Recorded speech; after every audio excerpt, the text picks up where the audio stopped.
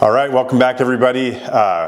Amanda has come up with an idea for us to challenge ourselves of what the top 10, well, why don't you explain what challenge you've come up with? Yeah, so I was putting together a video of the top 10 things that we did to drastically increase the yield of our garden. And then I thought, I wonder what Jake's would be, because I know what mine are.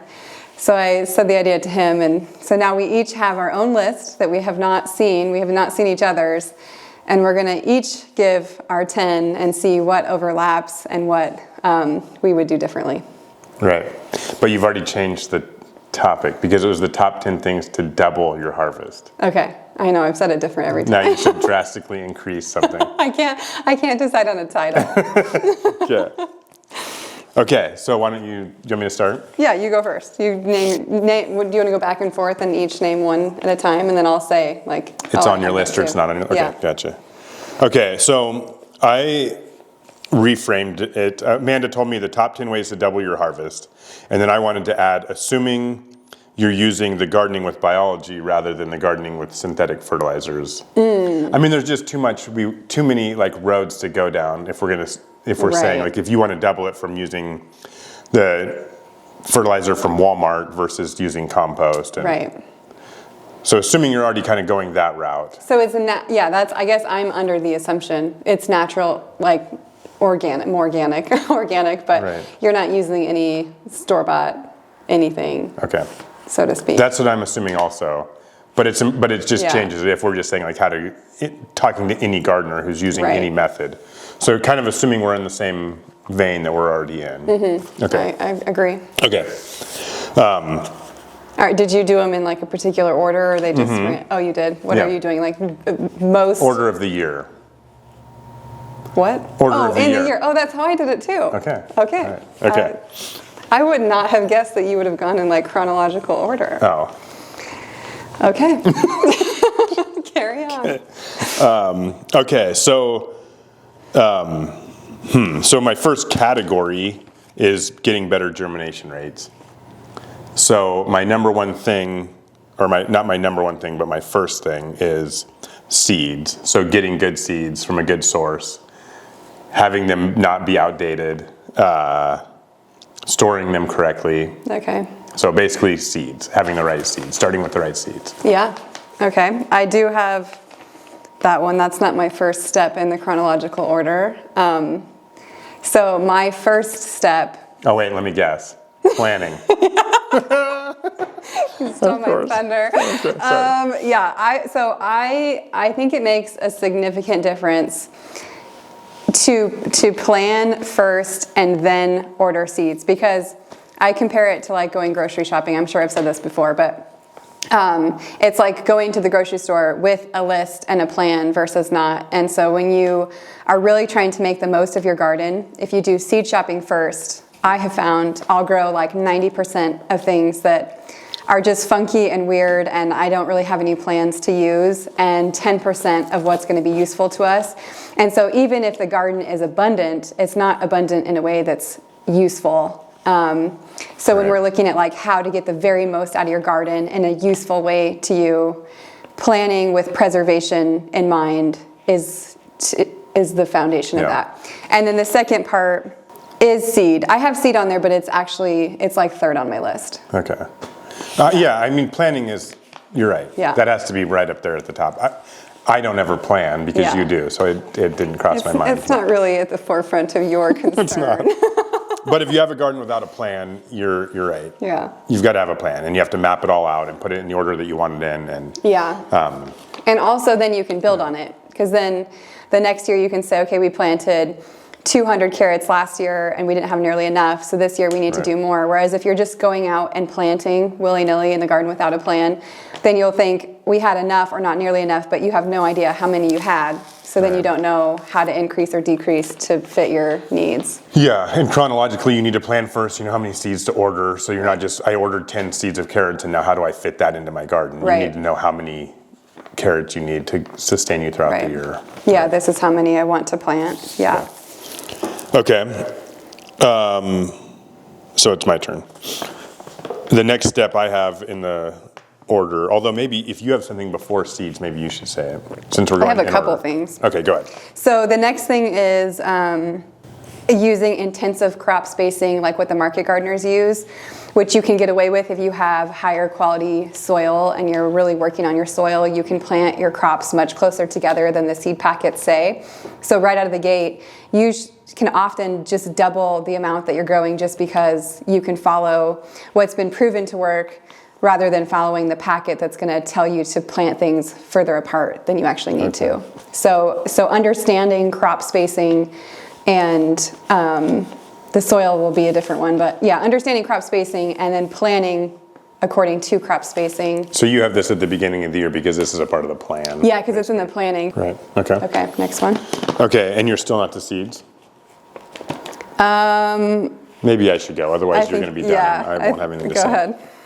Okay, so I was then said so my first category was better germination rates. First was seeds. The second one is the germination soil mix. So this is having a soil mix that's going to produce them.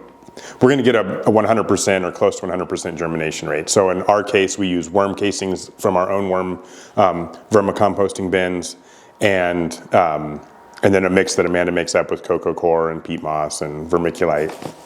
So and then also we have the biochar in the seed starting mix, and that's not necessarily as important for the seeds as they're starting in the seed starting stage. But what we do is we take all of that biology that starts out in the vermicompost that goes into the pod where the seed starts, and then moving that directly out to the garden. So the seed starting mix is what gives your plants the start that they need, but it also then carries with them through the whole life of the plant as it goes out into the garden. And then if it's done right, it carries on year to year because you've deposited this nutrient-rich, biology-rich biochar in the place where the plant is going to be planted. And these are rows that are going to be established to go on year after year. So you've added this to the spot, and biochar, for those of you that don't know, will last for 1,000 years in your soil and be a structure or a substrate for all of that biology to live in. So you've now added that. Which is, just say it's like an apartment complex for all the biology for those of you that aren't following the terms. Right. And every year you're adding more biochar to your soil as you take those to your rows, as you take those seed start pods out and put them into the place. So a germination mix, and then I snuck biochar in there as a 2B. I knew you would. And worm casings. And worm casings, yeah. 2B, 2A and 2B. Yeah. Okay, I also have that one. Make your own germination mix with biochar and worm casing. So I saw the same thing. And this for the same reasons, but then I would piggyback on that and say the number 4 is then seed starting. Obviously, if you're making your own germination mix, you're seed starting. But coming at it from a slightly different angle, by seed starting your own starts, you can plant according to when you need to transplant for your season. So oftentimes, I would say most of the time, the box stores are growing seed starts way too early. And so by the time it's the actual correct time for you to transplant into the garden, they're way overgrown in their pots. And so they're going to struggle. The other thing is they put pesticides in their mix, and so you get both pests and pesticides, which are going to kill and repel the microbial life in your soil so that your plants can't take up the nutrients they need to actually grow and thrive. And then the other thing by buying seed starts rather than growing your own is that you're then pigeonholed into a very small number of varieties that you can grow. Whereas when you seed start your own, you have the whole world as your oyster, so to speak, but you can choose whatever varieties you want. So then you can really explore and find varieties that are meant for your region, that are going to have better resistance to pests, they're going to taste better, they're going to be higher yielding, and they're going to store better, and all of those things. So all the best varieties that we grow, you would not find in a box store, except tomatillos would be the one. That's the only variety I ever see that I grow that is grown in box stores. But all the rest that are my favorite, tomatoes and peppers and everything else, not one of them I've ever seen in a store. And man, our tomatillos are way better than the store tomatillos. Yeah. So. Well, we seed save them, so which I didn't put on my list. Anyway, that's actually a pretty major. My next one is seed saving. Don't you dare! That one, I can't believe I forgot that one because seed saving you're taking the DNA of the plants that do the very best in your garden under your garden conditions and your microclimate. Right. And so by seed saving, like the tomatillo plants that I have seed saved and seed started, they actually produce almost twice as much as my seed started tomatillos from a seed that I'm also seed starting, but they're store bought. Right. So that is actually a way to significantly increase your yield. I cannot believe I forgot that. Yeah, I mean, that should be up at the top. I didn't put it on either. Okay, I think I lost exactly what your topic was there, but I think I think timing.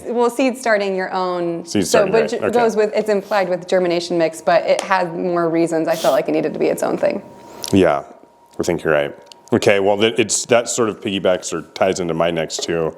So the first one is timing, which is kind of what you just went over, but you're starting your seeds at the right time so that you're not transplanting them too early or too late based on the stage that they're at in their growth. Yeah. And then hardening off also sort of as a same part to that part or timing part, but you're hardening them off. So you're taking them outside, you're letting them get accustomed to the temperatures and then bringing them back in. And all of this again falls under the heading of giving your plants a good start. So there's so much of how good they do in their life is how they start. And if they are started out in a strong soil, timing is right, they've been hardened off, taken in and out, they've had a gentle transition from being inside to outside or in the greenhouse to outside or wherever you're going, moving them from. Yeah. I missed hardening off too. But I did add with transplanting at the right time that by not transplanting, a lot of people, I would say most people transplant too early. Especially those heat-loving crops like tomatoes and peppers, and it stunts their growth for like multiple weeks. So I'll have people say to me, I transplanted everything, and my tomatoes and peppers are the same size as they were 2 weeks ago. And it's like, yeah, you put them in too early, and it's counterintuitive. But the people that wait too long will actually get an earlier crop than the people that plant too early. So you're better off just waiting, holding them off inside a little bit longer, and waiting for the temperatures to be right and transplanting at the same time than you are to jump the gun and then pay the price. And the same can be true if you have grown them, if you started them inside too early, and they've grown too much, and then you move them out, then you have another form of stunting their growth. Right, you're going to have transplant shock because they're root bound and they're going to struggle. You're going to have to pull their roots apart and kind of stunt them and shock them for a bit. And in both cases, they'll recover. So if you make that mistake, I always tell people, don't pull them. It's just that they're not going to do anything for a couple weeks, and it's going to take them a bit to like recover and start growing. So it's not that all is lost. It's just that if you had done it correctly, you would be getting fruit earlier. So how do you know when? The right time. I mean, I know how you know, but everybody else might not know. For everyone's sake. Yeah, I think you need to learn. You need to learn what crops are cool season crops and what are heat-loving crops. I mean, we go in depth in this in our gardening course because it's really important to understand, so I don't think I can summarize it in a minute, but the heat-loving crops need to be transplanted well after the last frost. So you're not just trying to get through the last frost, you're actually waiting for your nighttime temperatures to be above like 45 to 50 degrees, because anything below that is signaling to the plant that fall is coming, and so it goes into dormancy mode rather than gearing up to grow for summer. So you want to wait to transplant them into the garden until it's well above freezing at night and there's no low temperatures in sight. And then for the cold hardy crops like broccoli and things like that, you can do a lot sooner, and they can handle it. But they need to be hardened off, like Jake said. They need to be transitioned. If you just take a Did I explain what hardening off is? Maybe I didn't. It's the process of taking plants out for gradually longer segments of time over a week, so that like the first day they're out for 3 to 4 hours, and then they're out for like 5 to 6 hours, and then 8 to 10 hours, and then the entire day, and then the entire day and night, and then you transplant them into the garden. So by doing that process, you're preventing them from going into shock from the rapid temperature change, and they can then handle the cooler temperatures. Whereas if you were to just put them in the garden, if you were to take them from their nice warm place and seed starting and just put them in the garden, they're going to go into shock because it's just too much, too fast for them to handle. Right. So. Okay. Okay, next one. I think it's your turn. I finished, that was the end of my little section on giving them a good start. Okay. So coming back around to varieties, you were saying that was like your first one. So I have it here, and so many people, they think that they can't grow like something like carrots, and it's not that they can't grow it, it's just that they haven't found the right variety that will do well in their garden. And there's a lot of things to making sure your garden's successful, but variety plays a huge role in your success, both in whether or not it just grows to begin with, but also in the yield. So there are some eggplants that will give you maybe 2 to 3 good eggplants in a season, and there are some that will give you like 10 to 20. So if you never experimented and grew different ones, you would think that your eggplants just don't really produce. So it's really, really important to keep trying new varieties. And I always tell people, if it's your first year gardening, don't put all your eggs in one basket. So if you're going to start growing carrots, invest in 5 different carrot varieties and see which one does better. And then once you have an idea of like, okay, this of the 5, this one was my best one. It tasted the best. It lasted the longest. When we pulled it, it lasted for months or weeks or whatever. So by lasted the longest, you mean in storage? In storage, or in the fridge, because some carrots start to get all rubbery and gross within a day of harvesting, and some of them will stay nice and crisp in the fridge for months if you leave them. So just getting a sampling and trying a couple different things, then you're likely to have success with a few, and then you can throw the rest out the next season, grow the one that did the best, and then try 1 to 2 more varieties and see if you like one of those even better. And you just keep kind of experimenting where year 2 on, like 70% of what you grow is the variety you know is going to be good, and then 20 to 30% of what you grow are new varieties that you're trying that you think might be even better. And by doing it that way, we have been able to find, like, to fine-tune every single thing we grow. We have like a very top variety that we absolutely love that is surefire. It always does good for us. So I know no matter what, I can count on this crop doing well, no matter what the weather conditions are. And that way I know we're going to have a good harvest. Right.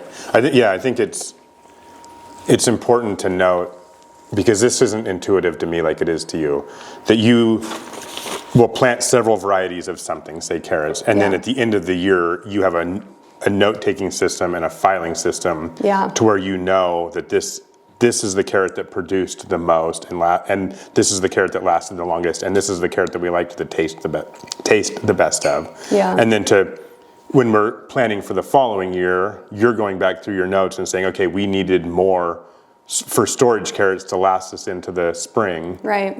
We love the way these tasted, so we'll have those for eating right away out of the garden. And this one produced a lot, so we can get quantity. Yep. And so I think for people that are listening to this, it gets important to know that this is not just figure this out right now as you're planning your garden, but this is over the course of years, adding to your note-taking, adding to your understanding of what grows best in your climate and everybody's climate. So we have friends that garden within 10 miles of us that have a different microclimate than we do. So it doesn't, you're not just looking for somebody in your town and asking them questions, although that's helpful, but your own little piece of property will have a different microclimate than somebody 5 or 10 miles away. So just keep that in mind, that you need to be keeping notes for your specific plot of land, the soil that you have, the temperatures that you have. Yeah. And know that it varies within just a few miles. Yeah, I mean, I often say the difference between a good gardener and a great gardener is just the willingness to study your garden. Like, right, and take notes. And remember, I mean, and that's what I wouldn't do. And so I think as you're saying it, you're thinking this is obvious. But to me, I wouldn't take notes on a garden. I would think, which one were those ones we had last year that were really good? And which ones lasted the longest? And I would think, I don't know. I'm pretty sure it was these ones. And so you take notes and you remember, and that is what takes our garden from being somewhat productive to lasting us through the whole winter. Yeah. Okay.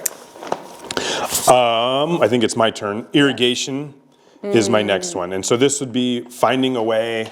So there's multiple ways to do this, but I think we have a favorite way, and I think it's probably I want to say it's the best, but it's our favorite way. Laying drip tape down in your garden, or some form of irrigation system that can be set on a timer. This way you're watering very consistently, and you're able to adjust very specifically. So if you notice things are getting a little bit too much water, you can go to the timer and you can turn it down by 2 minutes at a time, or 3 minutes, or half an hour, or add time to it. So finding a very specific way, or finding a very consistent way of watering, and then a very specific way of adjusting that. I totally agree. That was my next one also. And I don't think it's dramatic to say hand watering is the most surefire way to kill your garden.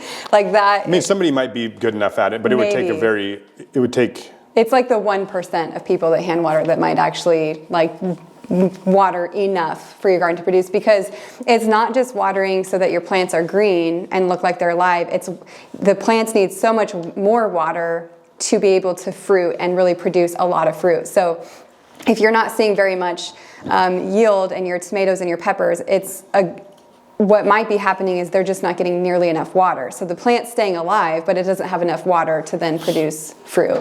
And the other thing is that with the automatic irrigation, then you can also increase it as the heat of July comes. The plants need that much more water. So like Jake is saying, you can keep fine tuning it, and it's not just like a set it at the beginning of the season and never think about it again. As the season gets hotter, I incrementally increase the times so that those fruits are getting enough water to keep up with the heat. And a lot of people will be like, well, we got 110 degrees and it just killed everything in my garden. Whereas our garden was just exploding with those high temperatures because I way upped the water. And so then they could handle the heat, and they just kept cranking out fruit even through the highest heat waves. Right. Yeah. Okay, what's your next one? Let's see. Getting a good compost. That was my next one too. Is it? Yeah. So most towns and cities have to deal with their waste of the human waste of the city. And so the thing that they've found in the recent decades is to just turn it into compost and sell it as like this high quality organic product. And it is just full of pesticides and plastics and all sorts of crud, literally and figuratively.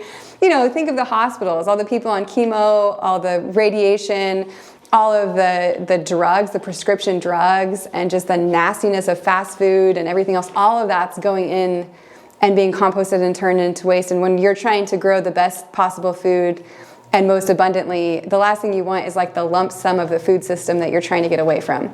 So I would say getting a quality compost, which is just literally anything but that. So like something from horses or cows or anything. Manure. Getting a manure that's been composted, a livestock manure, I think will make a huge difference. Right. Worm casings would be another good one. Worm casings, yeah. Yeah, so I agree, quality compost. Yep. Okay, my next one can kind of tie into that. Eliminating things that are killing the biology in your soil. So you've brought in this good compost that you found. You've spread it in your garden, and now you are considering adding synthetic fertilizer to your garden. What that's going to do is undo what you did by bringing in the compost. Another thing, and this is, I'm hesitant to say this because there's a lot of people that are just locked into this and there's nothing that they can do about it, and I don't know what to tell you to do, but if you're bringing good compost in, you're putting compost tea down, you're doing everything you can to increase the biology in your soil, and then you're watering with chlorinated water. The purpose of chlorine is to kill biology, right? We don't want biology living in your water pipes coming to your house, but you do want that biology out in the soil of your garden. And so you are now undoing what you did by bringing the compost in. So there's things that you can do about that. You can add, so every water system, municipal water system that I know of uses chlorine, and chlorine can be off gas. You can put your water out in a bucket or a barrel and let it off gas for about 24 hours, and most of the chlorine will be gone. The problem is most municipal water municipalities use chloramine also, which is not easily off-gassed, and so I don't know, I mean, there's ways to neutralize that, but most of those would be pretty difficult and time-consuming. So I don't know exactly what to tell you. You can capture rainwater, you can think of different ways, you can move somewhere where you have a well, which is what we're fortunate enough to have, and really when we bought the place that we're on now, we didn't even think of that being a thing, that, we're off municipal water, but it turned out to be a very important part of doing the things that we learned that we wanted to do after we moved here. So Yeah, eliminating the things. And it's not just the chlorine and the chloramine in your water, it's the synthetic fertilizers, it's any pesticides, it's bringing in compost that has pesticides already in it, which is ironically more common than you would think. So don't kill the biology in your soil. Yeah. I feel like someone in one of our classes told us that there's some kind of filter that you can just put right on the faucet, and it doesn't significantly cut down your water pressure. And I don't know how well it works, but it would be something's better than Be worth nothing. looking into, yeah. Yeah, that's a good one. I don't have that one, so I'm glad you mentioned it. Okay, but mine is probably going to steal yours. My next one is using compost tea. Is that yours? Yeah. Then you do that one. That's your realm. Yeah, so then it would just be supplementing the soil biology throughout the year. So we just talked about not killing. We talked about Amanda talked about bringing in compost to start. So you're bringing in organic material and biology in that case. So the organic material is what the biology is going to feed off of, and then the biology is going to expand right there on the ground in your garden to a point. And then not killing that, right? So not spraying chlorine over this compost that you just laid down. And then the next step would be what kombucha is to your gut health, compost tea is to your garden. So taking probiotics or good biology, good bacteria, good fungi, and adding and spraying it back out onto the garden throughout the year. So that's on the soil. We're doing soil soaks. So that means so compost tea basically is taking a handful of compost.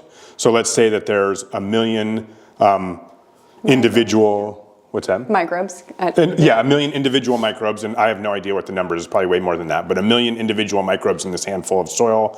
We put it in aerated water and bubble it for 24 hours, feeding it, and we've drastically expanded the number of microbes that are in that water now. So we went from 1 million to 1 billion. And these numbers I'm just making up, but we've drastically increase the number.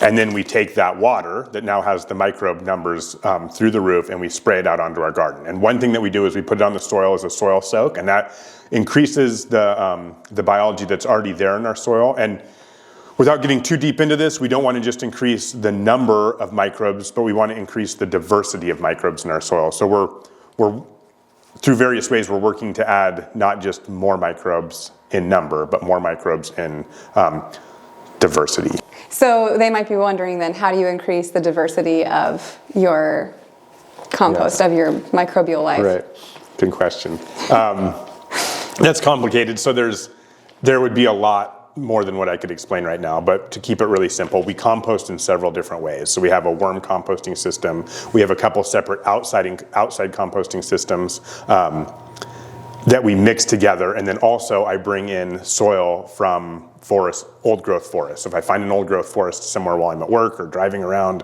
I stop, I scrape away the top layer of leaves, I scoop out what's right underneath that, and I bring it home. And then that also goes into the compost tea. If you're ever driving by when he's doing this, it might look like he's eating the soil, and you might think, that man looks like he's licking and smelling soil, and you would be correct. Yeah. That is exactly, he's over there just I'm not eating it, but yes, I'm smelling it. And You've stuck your tongue out a time or two. Probably, yeah.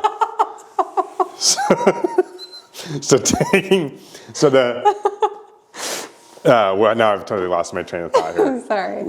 But compost tea is like what kombucha is to your gut. So you're taking all this diversity of microbes, probiotics, let's say, we're increasing their numbers, and then we're taking it out and we're spraying it on our garden. And like I was saying, we do a soil soak, but we also spray the foliage, the leaves, and the leaves, I guess, of the trees and the plants.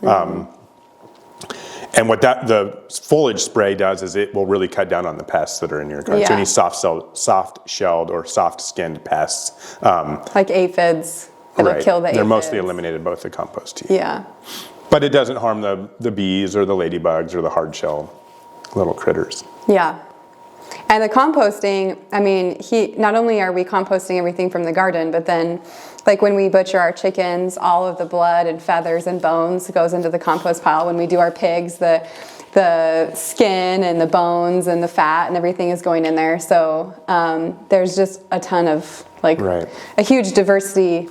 Right, so you're going to have different, that's a good point. So like I said, I'm not going to get too into this, but there's a difference between composting aerobically and anaerobically, right? So aerobically means within the presence of air, and mostly the microbes that are living in an aerobic atmosphere are good for your soil and the good kind, whereas those that are living in an anaerobic environment, so if you have a bag of grass clippings, a garbage bag of grass clippings, that slime and sludge that's in there is anaerobic compost. Right. Where if you take the grass out and you put it in your pile and you turn it occasionally, that's aerobically composted grass clippings. Okay, the aerobically composted things are mostly good microbes that are good for your garden. But anything that you put in an aerobic compost pile is going to be, so the different things you put in will be broken down by different microbes, right? So chicken feathers are going to be broken down by a different microbe than grass clippings. Right. And so by adding a more diverse composition of things into your pile, you're going to get a more diverse composition of microbes living in there. And nutrients, because each of those things also have different nutrients to them. Right. Yeah. Right. So bone meal, feather meal, right. blood meal, all of those things, you're getting basically the benefit of those by composting those things in your compost pile. And the more complex things you put in there, so say wood chips, which are a more complex thing to break down, you're going to get the more complex microbes like fungi breaking them down, which are going to be even more beneficial to your garden.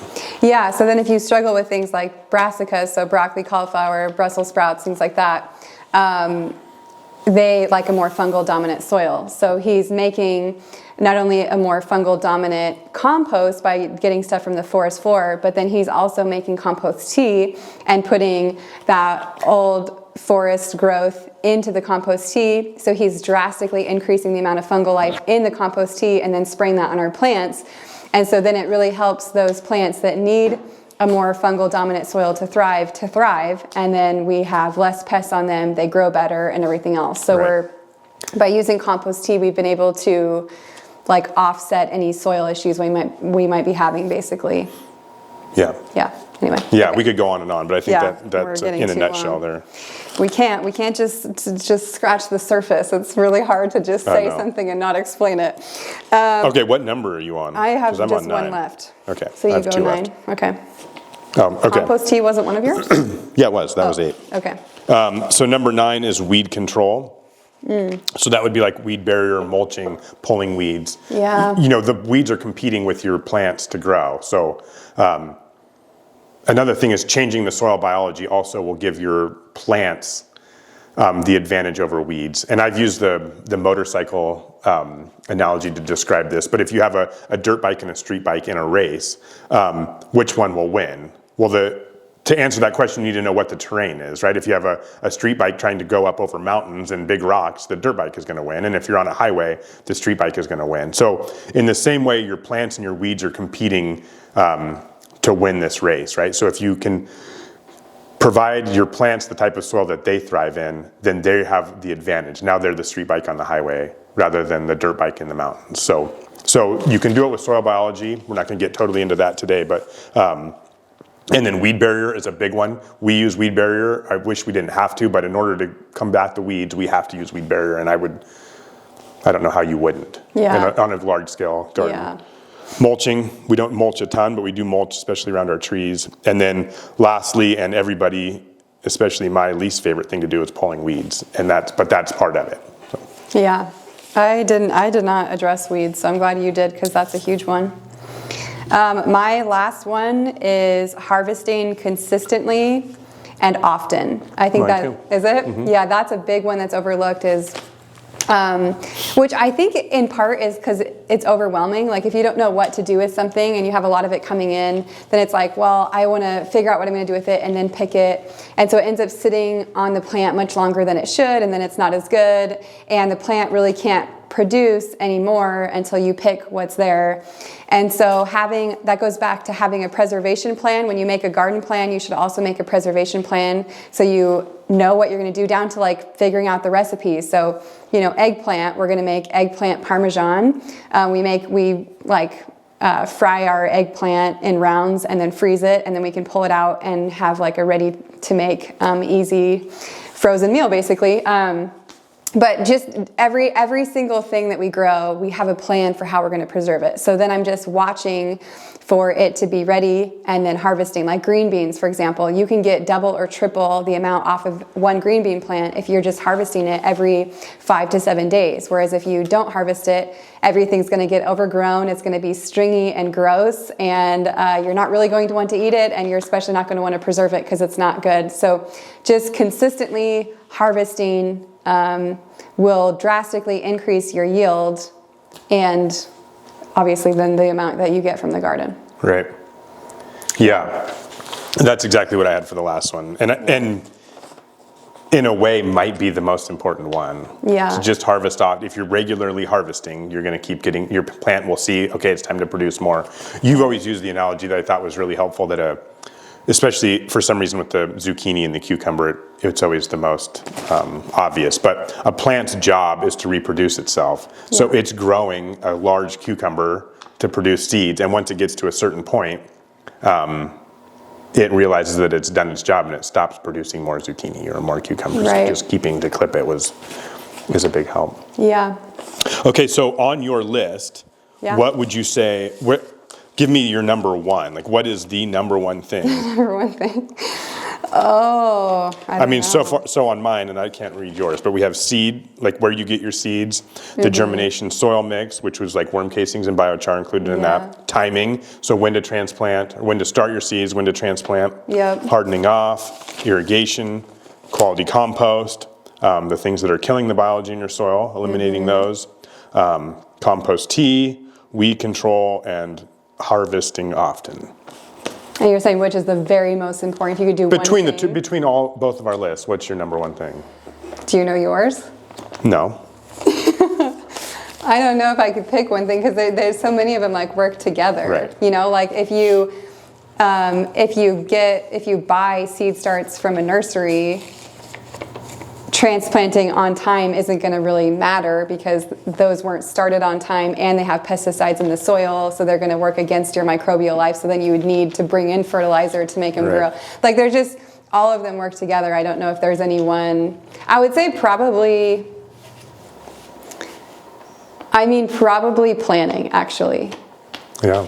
I wasn't going to say that, and I didn't even have that on my list, but I think that might be one of them. Yeah, planning for what you're going to eat.